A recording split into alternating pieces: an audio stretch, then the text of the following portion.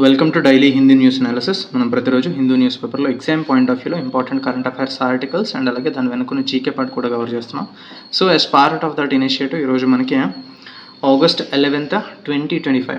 So before starting the video give it a like and అలాగే video explanation మీద మీకు ఏమైనా డౌట్స్ ఉంటే కామెంట్ సెక్షన్లో కామెంట్ చేయండి. Definitely I will give reply.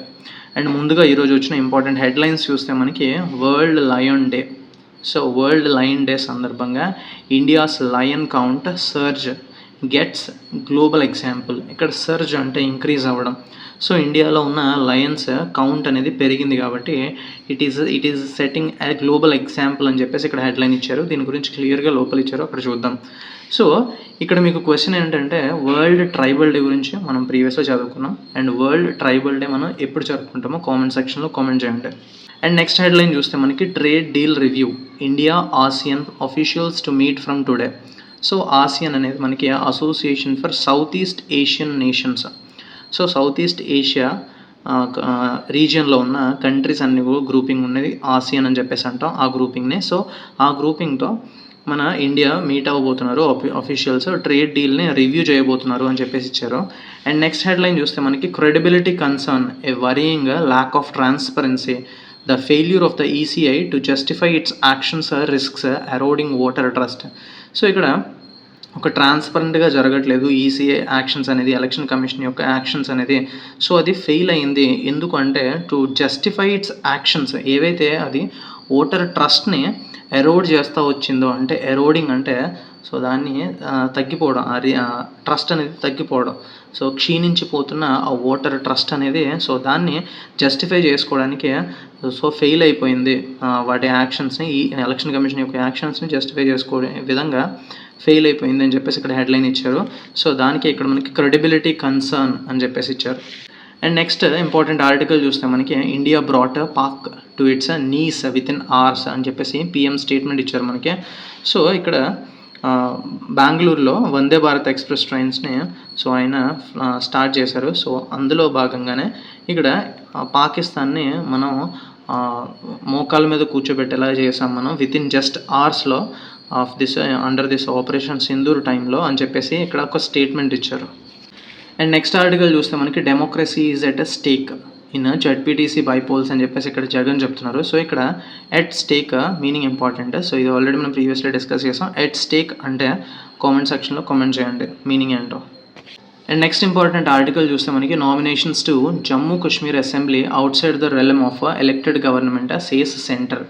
So centre ఏం చెప్తుందంటే, సో జనరలీ నామినేషన్స్ అనేవి జరిగినప్పుడు స్టేట్లో గవర్నర్ చేస్తున్నప్పుడు so with the aid and advise of the cabinet సహాయంతో చేయాలి నామినేషన్స్ అనేవి. కానీ ఇక్కడ జమ్మూ కాశ్మీర్ అసెంబ్లీలో మాత్రం it is out side the realm of elected government అని చెప్పేసి సెంటర్ చెప్తా ఉంది. ఇక్కడ ఏంటంటే ఇక్కడ గవర్నర్ పవర్స్ అనేవి ఉన్నాయి. సో 3 మెంబర్స్ని నామినేట్ చేయొచ్చు. The powers to nominate 3 members, అందులో 2 కశ్మీరీ మైగ్రెంట్స్ని అండ్ అలాగే including a women. So and అలాగే 1 మెంబర్ ఫ్రమ్ ద పాకిస్తాన్, అంటే పీఓకే రీజన్ ఏదైతే ఉందో, సో పాకిస్తాన్ ఆక్యుపైడ్ కశ్మీర్ ఏదైతే ఉందో, సో అక్కడి నుంచి టోటలీ 3 మెంబర్స్ని నామినేట్ చేయడానికి గవర్నర్కి పవర్స్ ఉన్నాయి అక్కడ, అంటే లెఫ్టినెంట్ గవర్నర్. అక్కడ ఇప్పుడున్న ప్రస్తుత లెఫ్టినెంట్ గవర్నర్ చూస్తే మనకి మనోజ్ సిన్హా. సో అది అలాంటి ఒక పవర్ అనేది 2023లో ఒక యాక్ట్ ద్వారా జమ్మూ కాశ్మీర్ రీఆర్గనైజేషన్ యాక్ట్ 2019లో ఒక అమెండ్మెంట్ తీసుకొచ్చి సో దాన్ని ఇంక్లూడ్ చేశారు. సో ఈ నామినేషన్స్ అనేవి క్లియర్లీ ఎలక్టెడ్ గవర్నమెంట్ ఏదైతే ఉందో దానికి పవర్ ఏమీ లేదు. So it is power with సెల్ఫ్గా ఉంటుంది ఆ పవర్ అనేది. సో లెఫ్టినెంట్ గవర్నర్కి మాత్రమే ఉంటుంది, ఎలక్టెడ్ గవర్నమెంట్కి సంబంధం లేదు. It is out side the realm of business of elected government of JK అని చెప్పేసి ఈ ఆర్టికల్లో ఇచ్చారు. అండ్ నెక్స్ట్ ఇక్కడ చూస్తే మనకి ప్రీవియస్లీ 2 days బ్యాక్ మనం మానిటరీ పాలసీ, ఫిజికల్ పాలసీ అని చెప్పేసి చెప్పుకున్నాం. సో దాని గురించి ఎక్స్ప్లెయిన్ చేయమని కామెంట్ సెక్షన్లో అడిగారు. సో ఇక్కడ సింపుల్గా చూస్తే మనకి మానిటరీ పాలసీ అనేది మనకి reserve Bank of India release చేస్తుంది. అండ్ ఫిజికల్ పాలసీ అనేది మనకి మినిస్ట్రీ ఆఫ్ ఫైనాన్స్ రిలీజ్ చేస్తుంది, అంటే గవర్నమెంట్ రిలీజ్ చేస్తుంది మనకి. సో ఈ మానిటరీ పాలసీ అనేది మోస్ట్లీ స్టెబిలిటీ మెయింటైన్ చేయడం కోసం ఎకానమీలో సో దాన్ని రిలీజ్ చేస్తారు. సో ఈ monetary policy is nothing but ఒక ఫైనాన్షియల్ టూల్. సో మనీ సప్లైని మేనేజ్ చేయడానికి అండ్ అలాగే ఇంట్రెస్ట్ రేట్లని ఫిక్స్ చేయడానికి ఒక స్టెబిలిటీ అనేది ఎకానమీలో క్రియేట్ చేయడం కోసం ప్రస్తుతం ఉన్న ఎకానమీలో ఈ మానిటరీ పాలసీ అనేది సెంట్రల్ బ్యాంక్ అంటే Reserve Bank of India release చేస్తుంది. On the other hand growth కావాలి అంటే మాత్రం ఫిస్కల్ పాలసీ అనేది మినిస్ట్రీ ఆఫ్ ఫైనాన్స్ రిలీజ్ చేస్తుంది, అంటే గవర్నమెంట్ రిలీజ్ చేస్తుంది. సో ఇందులో కొన్ని ఇది ఒక financial tool, it is a financial tool. Like fiscal policy ఏం చేస్తుంది అంటే ట్యాక్స్ రెవెన్యూస్ని అండ్ అలాగే గవర్నమెంట్ ఎక్స్పెండిచర్ ఎలా చేయాలి, ఏ సెక్టర్స్లో చేయాలని చెప్పేసి కొన్ని పాలసీస్ని తీసుకొస్తుంది. సో దాన్నే మనం, ఇది ఎక్కువగా మనకి గ్రోత్ ఓరియంటెడ్లో ఉంటుంది, సో దాన్నే మనం ఫిస్కల్ పాలసీ అని చెప్పేసి అంటాం. So difference very simple. Monetary policy is focused on stability of the economy and fiscal policy mostly గ్రోత్కే ఫోకస్ చేస్తుంది. అండ్ నెక్స్ట్ ఇంపార్టెంట్ ఆర్టికల్ చూస్తే మనకి expedite Adavi Thalli Bata works in tribal habitations Pawan tells officials అని చెప్పి ఇక్కడ ఇచ్చారు. సో ఇక్కడ అడవి తల్లి బాట అని చెప్పేసి ట్రైబల్ విలేజెస్కి రోడ్స్ కనెక్ట్ చేసే విధంగా సో ఆ స్కీమ్ అనేది, ఆ ప్రోగ్రామ్ అనేది దాన్ని ఎక్స్పీడైట్ చేయండి అంటే స్పీడప్ చేయండి వర్క్స్ అని చెప్పేసి ఇక్కడ డిప్యూటీ సీఎం అయినా అంటే deputy CM along with minister for environment forest and science and technology అయిన కే పవన్ కళ్యాణ్ గారు ఇన్స్ట్రక్ట్ చేశారు అఫీషియల్స్ని. సో ఇందులో ఈ ట్రైబల్ హ్యాబిటేషన్స్కి కనెక్టివిటీ ప్రొవైడ్ చేసే విధంగా గోల్ని పెట్టుకొని సో సెంటర్ అనేది under this scheme PM JANMAN scheme కింద సపోర్ట్ చేస్తూ ఉంది. అండ్ అలాగే మన్రేగాస్ స్కీమ్ ఏదైతే ఉందో ఈ రెండు స్కీమ్స్ని యూజ్ చేసుకొని సో ఇక్కడ రోడ్స్ అనేవి కనెక్ట్ చేస్తున్నారు ట్రైబల్ హ్యాబిటేషన్స్కి అని చెప్పేసి ఇక్కడ ఇచ్చారు. సో పిఎం జన్మన్ స్కీమ్ ఏంటంటే మనకి ప్రధాన్ మంత్రి జన్జాతి ఆదివాసీ న్యాయ మహాభియాన్ అని చెప్పేసి సో ఆ స్కీమ్ ద్వారా కూడా ఫండ్స్ అనేది ప్రొవైడ్ చేస్తున్నారని చెప్పేసి ఈ ఆర్టికల్ ఇచ్చారు. ఇక్కడ నెక్స్ట్ ఆర్టికల్ చూస్తే మనకి no date yet for operationalisation of South Coastal Railway. So ఇక్కడ సౌత్ కోస్టల్ రైల్వే జోన్ అనేది మనకి వైజాగ్ హెడ్ క్వార్టర్స్ కింద అనౌన్స్ చేశారు, కానీ క్లియర్ డేట్ అనేది ఆపరేషన్స్ స్టార్ట్ చేయడానికి క్లియర్గా మెన్షన్ చేయలేదు అని చెప్తున్నారు ఇక్కడ. So though a decision has been taken on the boundaries of the new zone, the exact end point of one zone and the starting of the other have to B demarcated. So ఈ జోన్లోకి end point ఏంటి, starting point of the other zone ఏంటి అని చెప్పేసి క్లియర్గా డిమార్కేషన్స్ అనేవి క్లియర్గా ఇంకా చేయలేదు, దాని మీద డెసిషన్స్ తీసుకోవాలి అని చెప్పేసి ఇక్కడ చెప్తున్నారు. సో మనకి upcoming south Coastal Railway zone head quarters ఎక్కడంటే మనకి విశాఖపట్నం. అండ్ నెక్స్ట్ ఇక్కడ చూస్తే మనకి ఎడిటోరియల్ పేజ్లో signing off an entrenched symbol of stigma అని చెప్పేసి ఆర్టికల్ వచ్చింది. సో ఇందులో చూస్తే మనకి రూరల్ తమిళనాడులో కాలనీ అనే పదము లోవర్ కాస్ట్ నైబర్హుడ్కి అసోసియేట్ అయి ఉంది అని చెప్పేసి ఆ కాలనీ అనే పదం ఏదైతే విలేజెస్ నేమ్స్కి ఉన్నదో సో దాన్ని రిమూవ్ చేయాలి అని చెప్పేసి ఆ తమిళనాడు సీఎం అయిన ఎంకే స్టాలిన్ లెజిస్లేటివ్ అసెంబ్లీలో అనౌన్స్మెంట్ అనేది ఇచ్చారు.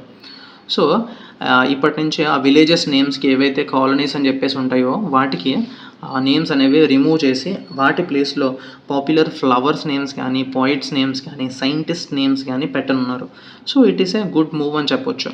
కానీ ఇక్కడ వర్ణాశ్రమ సిస్టమ్ అని చెప్పేసి 12th century CEలో మనకి కామన్ ఎరా, ఆ టైంలో 12th centuryలో స్టార్ట్ అయింది వర్ణాశ్రమ సిస్టమ్. సో ఈ కాలనీ అనే పదం జనరల్గా మనకి ఎక్కడి నుంచి వచ్చింది అంటే కాలనైజర్స్ ఎవరైతే ఉన్నారో మనకి బ్రిటిష్ కాలనీస్ కానీ, డచ్ కాలనీస్ కానీ ఇవన్నీ వచ్చినప్పుడు, వాళ్ళు కాలనైజర్స్ వచ్చినప్పుడు సో వాటి కాలనీస్ కింద అప్పట్లో వాళ్ళ హ్యాబిటేషన్స్ని కాలనీస్ అని చెప్పేసి అనేవాళ్ళు. అంటే వాళ్ళు ఉండే క్వార్టర్స్ కానీ, ఫారెన్ పీపుల్ ఉండే క్వార్టర్స్ కానీ, వాళ్ళు ఉన్న టెరిటరీస్ని కాలనియల్ క్వార్టర్స్ లేదంటే కాలనైజ్డ్ టెరిటరీస్ అని చెప్పేసి అనేవాళ్ళు. ఇనీషియల్గా ఇంకా ముందు అయితే యూరోపియన్ కాలనీస్ అని, వైట్ సెటిల్మెంట్స్ అని చెప్పేసి అనేవాళ్ళు.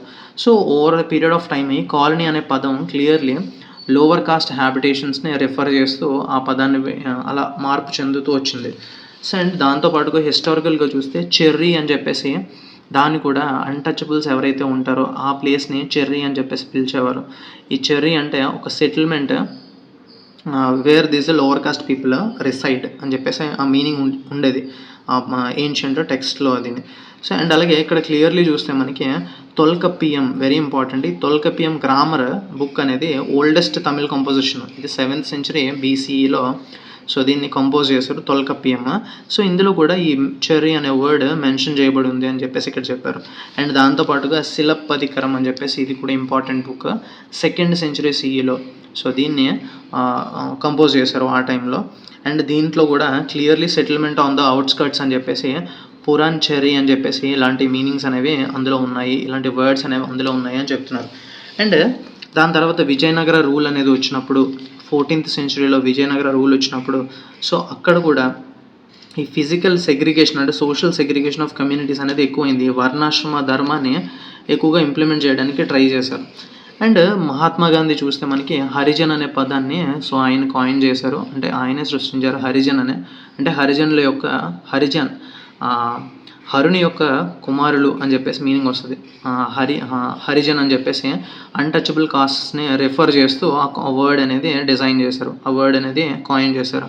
అండ్ ఇట్ ఈస్ సింబాలికలీ చూస్తే వాళ్ళ స్టేటస్ని ఎలివేట్ చేయడానికి ఆపరేసివ్ ఇన్స్ట్రుమెంట్స్ ఎవరైతే హ్యూమిలియేషన్కి, స్టిగ్మాకి, ఎక్స్క్లూషన్కి, ప్రెజుడీస్కి గురవుతున్నారో వాళ్ళ స్టేటస్ని ఇంప్రూవ్ చేయడానికి హరిజన్ అనే పదాన్ని సో అప్పుడు కాయిన్ చేశారు. దాని తర్వాత ఈ దళితులు ఉండే ఈ సెటిల్మెంట్స్ని, దళిత్ సెటిల్మెంట్స్ని హరిజన్ కాలనీ అని చెప్పేసి కూడా పిలవడం స్టార్ట్ చేశారు. అండ్ ఇక్కడ ఓవరాల్గా చూస్తే ఇప్పుడు ఈ చెర్రీ అంటే ఇప్పుడు ఫర్ ఎగ్జాంపుల్ పాండిచ్చేరి అని చెప్పేసి పాపులర్ టూరిస్ట్ డెస్టినేషన్ పాండిచ్చేరి, అందులో చెర్రీ అంటే సో అట్లాంటి మీనింగ్ వచ్చేది. కాకపోతే ఇక్కడ అర్బన్ సిటీస్ పేర్లు కాకుండా రూరల్లో ఇది ఎక్కువగా ఇట్లాంటి నోషన్ అనేది ప్రస్తుతం ఉంది అని చెప్పేసి విలేజెస్ నేమ్స్ ఏవైతే చెర్రీ కాలనీ అని చెప్పేసి ఉన్నాయో వాటిని రిమూవ్ చేస్తున్నారు, డెఫినెట్లీ రిమూవ్ చేస్తారు. అండ్ దాని ప్లేస్లో పాపులర్ ఫ్లవర్స్ కానీ సైంటిస్ట్, పోయిట్ నేమ్స్ పెట్టనున్నారు. అండ్ ఇది లాంగ్ టర్మ్ వ్యూలో చూస్తే మనకి ఒక పాజిటివ్ సోషల్ చేంజ్ అనేది తీసుకొస్తుంది. అండ్ అలాగే we will achieve this greater social integration అని చెప్పేసి ఈ ఆర్టికల్లో ఇచ్చారు.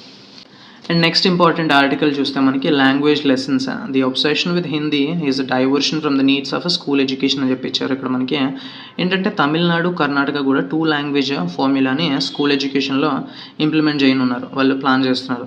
ఆల్రెడీ తమిళనాడు అంటే ఎగ్జిస్టింగ్గా వాళ్ళకి 2 లాంగ్వేజ్ పాలసీనే ఉంది, దాన్నే మళ్ళీ కంటిన్యూ చేస్తూ ఉన్నారు. అండ్ కర్ణాటకలో రీసెంట్లీ 3 లాంగ్వేజ్ పాలసీ ఏదైతే నేషనల్ ఎడ్యుకేషన్ పాలసీ 2020 ఇయర్లో తీసుకొచ్చారో 3 లాంగ్వేజ్ పాలసీ కింద మ్యాండేటరీగా 3 లాంగ్వేజెస్ స్కూల్ ఎడ్యుకేషన్లో మనం ప్రొవైడ్ చేయాలి, ఇన్స్ట్రక్షన్స్ అనేవి అందులో ఉండాలి అని చెప్పేసి క్లియర్గా చెప్పారు.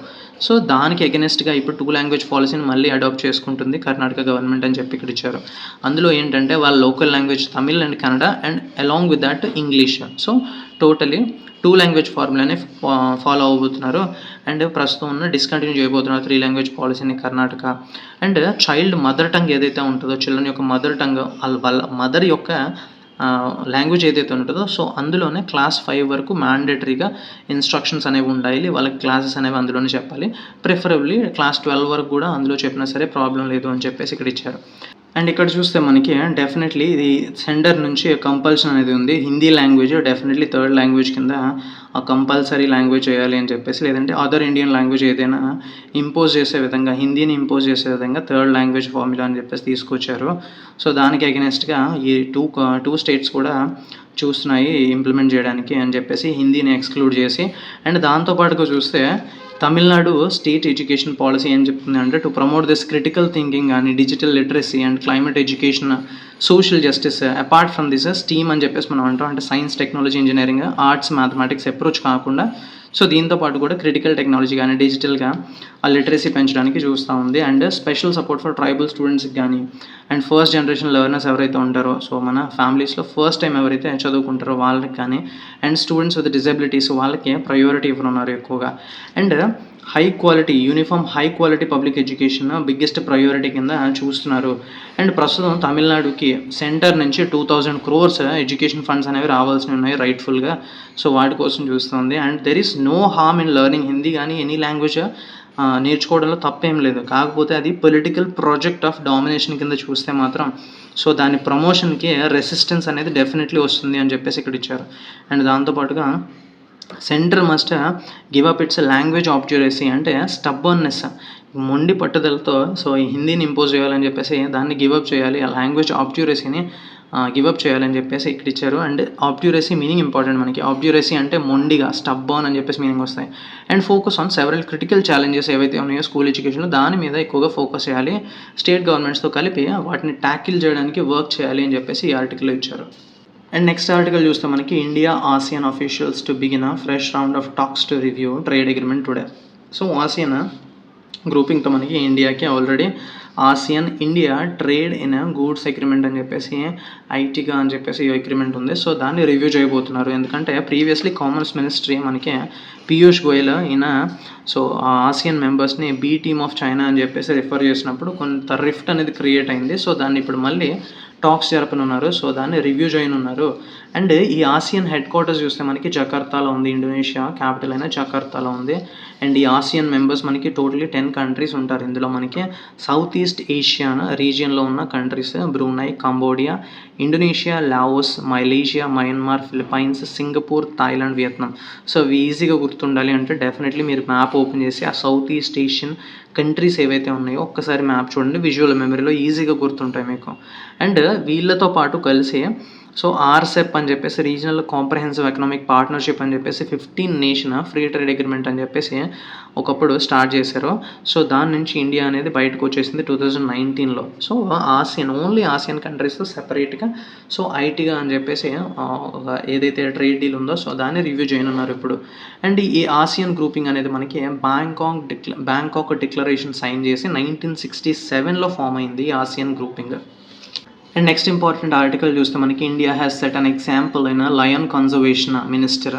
సో మనకి ఎన్వైరన్మెంట్ మినిస్టర్ ఎవరంటే భూపేందర్ యాదవ్. సో ఈయన క్లియర్లీ సో ఇండియా అనేది ఒక ఎగ్జాంపుల్ని సెట్ చేసింది లయన్ కన్జర్వేషన్లో అని చెప్పేసి చెప్తున్నారు.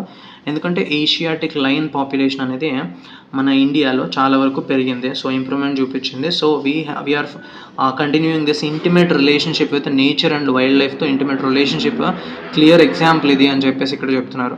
And coexistence of this pastoralist Maldhari community and big cats కూడా సో ఈ కన్జర్వేషన్కి హెల్ప్ చేయడం అనేది ఒక good example of nature and wild life integration అని చెప్పేసి ఇక్కడ చెప్పవచ్చు. And world lion day function అనేది ఇక్కడ దాని సందర్భంగా ఇక్కడ బర్దా వైల్డ్ లైఫ్ శాంచురీలో అంటే గుజరాత్లో ఈ ప్రోగ్రామ్ జరిగినప్పుడు సో అక్కడ క్లియర్లీ చెప్పారు. అండ్ ప్రస్తుతం 891 లయన్స్ అనేవి ఏషియాటిక్ లయన్స్ అనేవి ఉన్నాయి. 5 years ago ఇది 674 ఉండేవి. అండ్ లాడ్ ఆఫ్ ఇంప్రూవ్మెంట్ అనేది చూసామని చెప్తున్నారు. అండ్ మోదీ గవర్నమెంట్ ఉన్నప్పుడు lot of global efforts start చేశారు. కొలీజన్ డిజాస్టర్ రెసిలియన్స్ ఇన్ఫ్రాస్ట్రక్చర్ అని చెప్పేసి and international solar alliance and దాంతోపాటు ఇంటర్నేషనల్ బిగ్ క్యాట్ అలయన్స్ అని చెప్పేసి లాడ్ ఆఫ్ ఇనిషియేటివ్స్ అనేది స్టార్ట్ చేశారు. సో ఈ ఇంటర్నేషనల్ బిగ్ క్యాట్ అలయన్స్లో మనకి 7 of these 5 బిగ్ క్యాట్ స్పీసీస్ని ఇండియాలో ఏవైతే ఉన్నాయో వాటిని కన్జర్వ్ చేయడానికి సో కన్జర్వేషన్ వర్క్ ఈజీ చేయడానికి సో అవి ఇంటర్నేషనల్ బిగ్ క్యాట్ అలయన్స్ అని చెప్పేసి స్టార్ట్ చేశారు. అండ్ అందులో భాగంగానే ఇక్కడ చూస్తే మనకి పాస్టోరలిస్ట్ మాల్దారీ కమ్యూనిటీ అని చెప్పేసి గుజరాత్లో ఉంటారు వీళ్ళు. సో వీళ్ళు కోఎగ్జిస్టెన్స్ అవుతున్నారు, వాళ్ళతో లయన్స్తో కలిసి ఉంటున్నారు, వాళ్ళ లయన్స్ కన్జర్వేషన్కి చాలా వరకు హెల్ప్ చేస్తున్నారు అని చెప్పేసి ఇక్కడ ఇచ్చారు. అండ్ దాంతోపాటు కూడా స్నో లెపర్డ్ పాపులేషన్ చూస్తే మనకి 714 ఉంది అట్ ప్రజెంట్.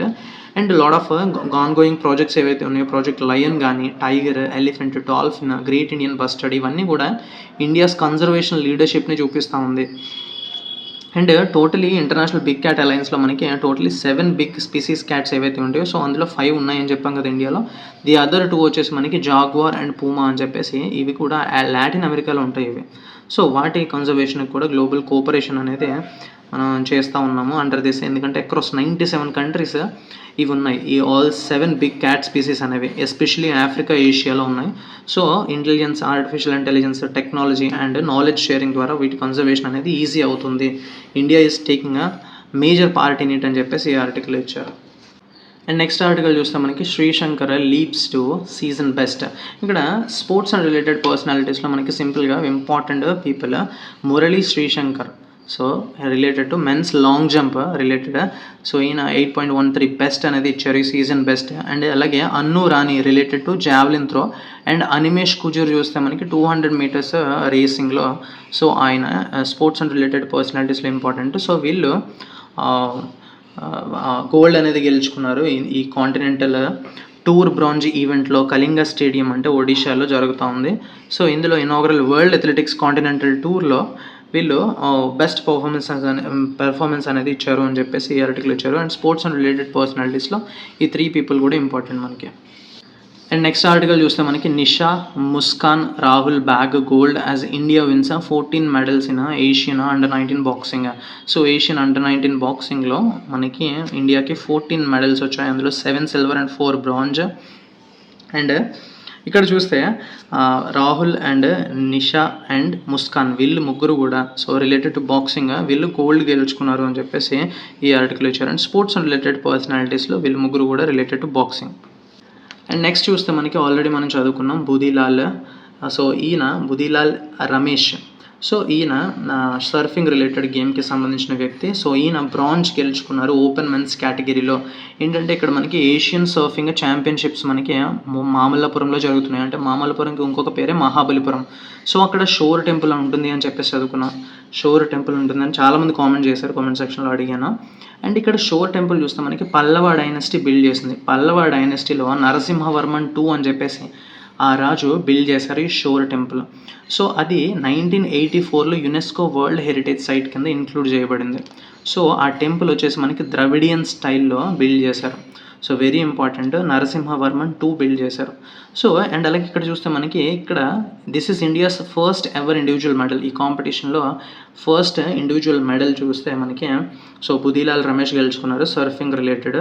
సో అండ్ మనకి నెక్స్ట్ ఏషియన్ గేమ్స్ 2026 మనకి జపాన్లో జరగబోతున్నాయి.